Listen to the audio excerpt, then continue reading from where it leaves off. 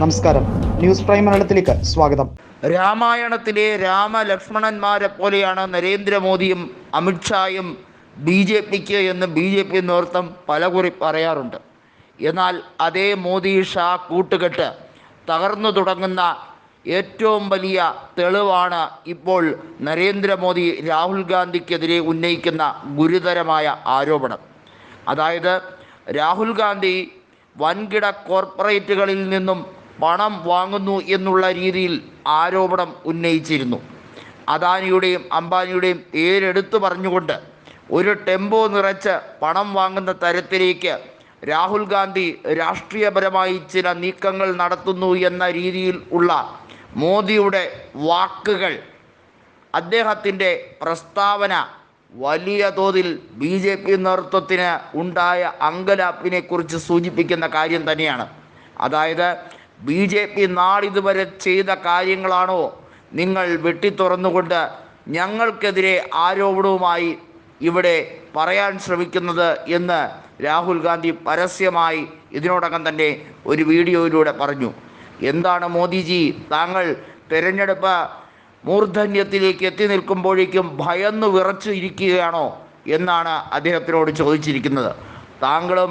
താങ്കൾ സഹോദരനെ പോലെ കൊണ്ടു നടക്കുന്ന അമിത്ഷായും ഈ തെരഞ്ഞെടുപ്പിൽ വലിയ രീതിയിലുള്ള ഭൂരിപക്ഷത്തിൽ ജയിക്കുമെന്നായിരുന്നല്ലോ പാർലമെൻറ്റിൽ ഗീർവാണമടിച്ചത്. എന്നാൽ തെരഞ്ഞെടുപ്പിൻ്റെ ഓരോ ഘട്ടം കഴിയുമ്പോഴേക്കും വലിയ തോതിലുള്ള അങ്കലാപ്പ് നിങ്ങളെ മുറുകിക്കെട്ടുന്നു എന്നുള്ളത് മനസ്സിലാക്കി കഴിഞ്ഞിരിക്കുന്നു. രാജ്യത്തുള്ള 21-22 കോടീശ്വരന്മാരായ കോർപ്പറേറ്റുകൾക്ക് വേണ്ടിയല്ല രാഹുൽ ഗാന്ധി നിലനിൽക്കുന്നത് എന്ന് ഈ നാട്ടിലെ ജനങ്ങൾ, 140 കോടി ജനങ്ങൾ ഒരേ സ്വരത്തിൽ പറയുമ്പോൾ അത് നിങ്ങൾക്ക് താങ്ങാൻ കഴിയുന്നില്ലേ എന്ന വലിയ ചോദ്യമാണ് രാഹുൽ ഗാന്ധി ഉന്നയിച്ചിരിക്കുന്നത്. രാഹുൽ ഗാന്ധിയും പ്രിയങ്ക ഗാന്ധിയും അതിശക്തമായി ഓരോ മേഖലയിലും പ്രചരണത്തിന് വേണ്ടി ഇറങ്ങുമ്പോൾ ആ പ്രചരണം എത്രത്തോളം മാറ്റൊലി വർദ്ധിപ്പിക്കുന്നു എന്നുള്ളത് കോൺഗ്രസ്സിന് സമീപകാലത്തൊന്നും കണ്ടിട്ടില്ലാത്ത ഒരു വലിയ അനുഭവം തന്നെയാണ്. AICC നേതൃത്വം പറയുന്നത് ഇത് കോൺഗ്രസിൻ്റെ ശുക്രദശ തന്നെയാണ് എന്നാണ്. അതായത് ദേശീയ തലത്തിൽ നരേന്ദ്രമോദി അദ്ദേഹത്തിൻ്റെ തന്നെ കുഴി തോണ്ടുകയാണ്, അധികാരം നഷ്ടപ്പെടാനുള്ള വഴികൾ ആലോചിക്കുകയാണ്.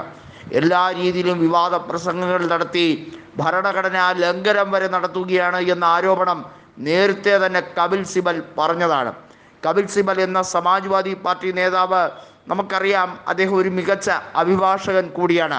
സുപ്രീം കോടതിയിൽ നിരവധിയായ ഇന്ത്യ മുന്നണിയുടെ കേസുകൾ അദ്ദേഹം വാദിച്ചിട്ടുണ്ട്. അഭിഷേക് മനു സിംഗ്വിയെ പോലെ ഒരു മികച്ച രീതിയിൽ ആണ് കപിൽ സിബലിൻ്റെ കാര്യവും കോൺഗ്രസ് പരിഗണിക്കുന്നത്. അതായത് കോൺഗ്രസ്സിന് എന്നും ഏത് രീതിയിലും വിശ്വസിക്കാൻ കഴിയുന്ന ഒരു നേതാവായിരുന്നു കപിൽ സിബൽ.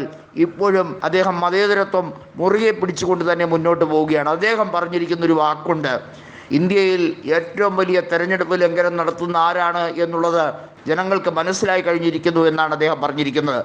ഇത്രയും വലിയ ഗുരുതരമായ തെരഞ്ഞെടുപ്പ് ലംഘനം ഉൾപ്പെടെയുള്ള കാര്യങ്ങൾ നടത്തുന്ന പ്രധാനമന്ത്രി, നിങ്ങൾ യഥാർത്ഥത്തിൽ ഈ രാജ്യത്തിൻ്റെ പ്രധാനമന്ത്രിയാണോ അതോ നിങ്ങൾ ഇപ്പോഴും കാര്യവാഹക് തന്നെയാണോ? നിങ്ങൾ വെറുമൊരു കാര്യവാഹകിനെ പോലെയാണ് ഈ രാജ്യത്ത് എല്ലായിടത്തും ഓടി നടന്ന് പ്രചരണം നടത്തി പെരുമാറുന്നത്. നിങ്ങൾ വലിയ രീതിയിൽ വർഗീയത പറഞ്ഞുകൊണ്ട് വോട്ടുകളെ ഭിന്നിപ്പിക്കാനും പോളറൈസേഷൻ മെത്തേഡ് ഉപയോഗിക്കാനും ശ്രമിക്കുന്നു.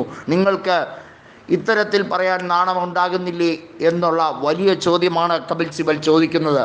കപിൽ സിബലിനെ പോലുള്ള പരിണിതപ്രജ്ഞനായ നേതാക്കളുടെ ചോദ്യം ആവർത്തിച്ച് ചോദിക്കപ്പെടുമ്പോഴും അത്തരത്തിലുള്ള ചോദ്യങ്ങളോട് മുഖം തിരിഞ്ഞു നിൽക്കുന്ന നരേന്ദ്രമോദി ഒന്നും കേട്ടതായി പോലും ഭാവിക്കാതെ മുന്നോട്ടാണ് എന്ന് വെറുതെ വാചകമടിക്കുന്ന അദ്ദേഹത്തിൻ്റെ ഇപ്പോഴത്തെ അവസ്ഥ അതിദയനീയം തന്നെയാണ്. തെരഞ്ഞെടുപ്പിലെ ഓരോ ഘട്ടങ്ങളിലും പോളിംഗ് കുറയുമ്പോൾ BJP പറയുന്നത് BJPയുടെ വോട്ടുകൾ സേഫാണ്, സുദൃഢമാണ് എന്നൊക്കെയാണ്. എന്നാൽ ഈ രാജ്യത്തെ യുവാക്കളെ മുഴുവൻ കബളിപ്പിച്ചിരിക്കുകയാണ്. കോർപ്പറേറ്റുകൾക്ക് എത്ര പണമാണോ നികുതി ഇളവായും മറ്റുമൊക്കെ BJP സർക്കാർ എഴുതി തള്ളിയത്, അത്രയും പണം തന്നെ രാജ്യത്തെ ജനങ്ങൾക്കുള്ളതാണെന്നും അത് ജനങ്ങളിലേക്ക് കൊടുക്കുന്ന പദ്ധതികളായിരിക്കും ആവിഷ്കരിക്കുക എന്നും രാഹുൽ ഗാന്ധി ഇതിനോടകം തന്നെ വിവിധ റാലികളിൽ പറഞ്ഞു കഴിഞ്ഞിരിക്കുന്നത് വലിയ തോതിലുള്ള യുവാക്കളുടെ കയ്യടി നേടിക്കഴിഞ്ഞിരിക്കുകയാണ്.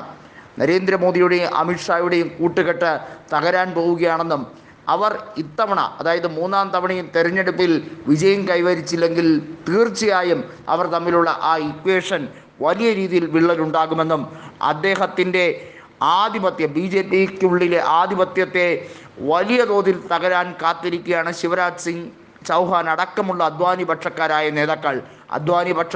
നേതാക്കൾക്ക് ഈ രണ്ടുപേരുടെയും പാർട്ടിയെ അടക്കി ഭരിച്ചുകൊണ്ടുള്ള മുന്നോട്ടുള്ള യാത്രയെ ഒരിക്കലും അനുഗമിക്കാൻ തയ്യാറാകുന്നില്ലാത്തവരാണ്. അതുകൊണ്ട് തന്നെ അവർ അതിശക്തമായി ഇതിനെ എതിർക്കുന്നുമുണ്ട്.